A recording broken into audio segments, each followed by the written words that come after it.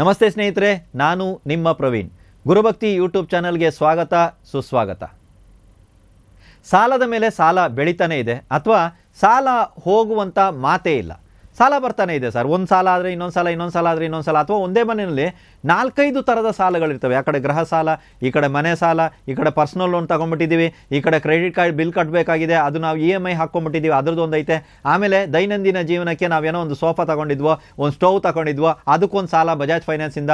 ಅರ್ಥ ಆಯ್ತಲ್ವಾ? ಸೊ ಒಂದು ಮೊಬೈಲ್ ತೊಗೊಂಡ್ಬಿಟ್ಟಿದ್ದೀನಿ, ಅದು ಒಂದು ಸಾಲ. ಒಟ್ಟಿನಲ್ಲಿ ಬರೀ ನೀವು ಆ ಒಂದು ಕಮಿಟ್ಮೆಂಟ್ ಅಂತ ಹಾಕಿದಾಗ ಬರೀ ಸಾಲಗಳಿಗೆ ಹೋಗ್ತಾ ಇರುವಂಥ ದುಡ್ಡುಗಳು ನಿಮಗೆ ಕಾಣಿಸ್ತಾ ಇರ್ತವೆ. ನಿಮ್ಮ ಒಂದು ತಿಂಗಳಿನ ಸಂಪಾದನೆ ಸಾಲ ತೀರಬೇಕು.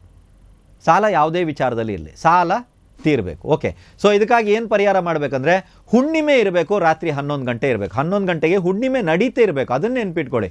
ಇವತ್ತು ಬೆಳಿಗ್ಗೆ ಹುಣ್ಣಿಮೆ ಇತ್ತು, ಮಧ್ಯಾಹ್ನಕ್ಕೆ ಮುಗೀತು ಅಂದರೆ ಅಲ್ಲ, ರಾತ್ರಿ 11 ಗಂಟೆ ಇರಬೇಕು, ಹುಣ್ಣಿಮೆ ನಡೀತಾ ಇರಬೇಕು. ಅಂಥ ಸಂದರ್ಭದಲ್ಲಿ ಒಂದು ಜಾಯ್ಕಾಯಿ ತಗೊಳ್ಳಿ. ಚೆನ್ನಾಗಿ ಇದನ್ನು ಕಲ್ಲಿನ ಮೇಲೆ ತೇಯ್ದು ಅದರ ಗಂಧವನ್ನು ತೆಗಿಬೇಕು. ಇದನ್ನು ಪೌಡ್ರ್ ಮಾಡ್ಕೋಬೋದು, ಆದರೆ ಪೌಡ್ರ್ ಮಾಡ್ಕೊಂಡಾಗ ಅಷ್ಟೊಂದು ಫಲ ಸಿಗ್ತಾ ಇಲ್ಲ.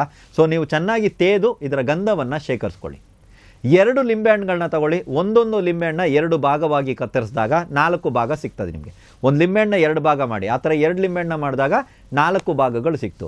ಈ ಭಾಗ ಓಪನ್ ಇರುವಂಥ ಪ್ಲೇಸ್ ಕಡೆಗೆ ಬಂದ್ಬಿಟ್ಟು ಈ ಒಂದು ಜಾಕಾಯಿಯ ಪೇಸ್ಟನ್ನು ಏನು ಬಂದಿದೆಯೋ ಗಂಧವನ್ನು ಅದಕ್ಕೆ ಹಚ್ಚಿ, ಈ ಒಂದು ಲಿಂಬೆಹಣ್ಣಿನ ಹೋಳುಗಳನ್ನು 4 ಮೂಲೆಗಳಲ್ಲಿ, ನಿಮ್ಮ ಮನೆಯ 4 ಮೂಲೆಗಳು ಅಂದರೆ ಹಾಲಲ್ಲಿ ಒಳಭಾಗದಲ್ಲಿ 4 ಮೂಲೆಗಳಲ್ಲಿ ಇದೊಂದೊಂದು ಹೋಲ್ಗಳನ್ನ ಇಟ್ಬಿಡಿ. ಇಷ್ಟೇ. ನೆಕ್ಸ್ಟು ಹುಣ್ಣಿಮೆ ಬರೋ ತನಕ ಇದನ್ನು ತೆಗಿಬಾರ್ದು. ನೀವು ಯಾರು ಜನಗಳ ಕಣ್ಣಿಗೆ ಕಾಣಿಸ್ದೇ ಇರ್ತಾರ, ಹೇಗಾದರೂ ಒಂದು ಕಡೆ ಇಡಿ. ಇದನ್ನು ಪ್ರತಿ ಹುಣ್ಣಿಮೆಗೆ ಮಾತ್ರನೇ ಬದಲಾಯಿಸಬೇಕು. ಹಳೆಯ ಒಂದು ಲಿಂಬೆಹಣ್ಣುಗಳನ್ನು ವಿಸರ್ಜನೆ ಮಾಡಿ, ಹೊಸ ಲಿಂಬೆಹಣ್ಣುಗಳನ್ನ ಮತ್ತೆ ಪ್ರಯೋಗ ಮಾಡಿ. ಪ್ರತಿ ಹುಣ್ಣಿಮೆಗಳಿಗೂ ಈ ಪ್ರಯೋಗವನ್ನು ತಾವು ಮಾಡ್ತಾ ಬರ್ತಾ ಇರಿ, ನೋಡ್ತಾ ಇರಿ. 5 ಇದ್ದಂಥ ಸಾಲ 4 ಇಳಿತದೆ, 4 ಇದ್ದಂಥ ಸಾಲ 3 ಇಳಿತದೆ, 3 ಇದ್ದಂಥ ಸಾಲ 2 ಇಳಿತದೆ. ಅಂದರೆ 5 ಥರದ ಸಾಲಗಳಿದೆ, 7 ಥರದ ಸಾಲಗಳಿದೆ. ಅಣ್ಣನಿಗೂ ಸಾಲ ಇದೆ, ಅಕ್ಕನಿಗೂ ಸಾಲ ಇದೆ, ನನಗೂ ಸಾಲ ಇದೆ, ನನ್ನ ಹೆಂಡತಿಗೂ ಸಾಲ ಇದೆ, ನಮ್ಮ ಅಪ್ಪನಿಗೂ ಸಾಲ ಇದೆ ಅಂತ ಒಂದೇ ಮನೆ ಭಾಳಷ್ಟು ಸಾಲಗಳಿರ್ತವೆ. ನೆನಪಿದೆಯಾ? ಸೊ ಈ ರೀತಿ ಇದ್ದಂಥ ಸಾಲಗಳಲ್ಲಿ ಯಾರಾದರೂ ಮನೆಯಲ್ಲಿ ಯಾರು ಮಾಡ್ಬೇಕು ಸರ್, ಇವರೇ ಮಾಡಬೇಕಂದ್ರೆ ಇಲ್ಲಪ್ಪ, ಯಾರು ಬೇಕಾದರೂ ಮಾಡಿ ಈ ಪರಿಹಾರವನ್ನು ನೀವೇ ನೋಡ್ತೀರಾ. ಹೌದು, ಇವ್ರದ್ದೊಂದು ಸಾಲ ಈ ಥರ ತೀರ್ತೈತೆ, ಕ್ಲಿಯರ್ ಆಯಿತು. ಇವ್ರದ್ದೊಂದು ಸಾಲ ತೀರೋದಕ್ಕೆ ಸ್ಟಾರ್ಟ್ ಆಗಿದೆ. ಅರ್ಥ ಆಯ್ತಲ್ವಾ? ಆ ಕಮಿಟ್ಮೆಂಟ್ ಅಂತ ನೀವು ಬರೋದ್ರಲ್ಲಿ ಒಂದೊಂದಾಗಿ ಮೈನಸ್ ಆಗ್ತಾ ಇರ್ತದೆ ಸಾಲದ ವಿಚಾರದಲ್ಲಿ. ಟ್ರೈ ಮಾಡಿ ನೋಡಿ. ಇದು ಒಂದು ಟೆಸ್ಟೆಡ್ ಆಗಿರುವಂಥದ್ದು. ಟ್ರೈ ಮಾಡಿ ಈ ಪರಿಹಾರವನ್ನು ನೋಡಿದ್ದೀವಿ, ಭಾಳಷ್ಟು ಕಡೆಗಳಲ್ಲಿ ಇದು ವರ್ಕೌಟ್ ಆಗಿದೆ.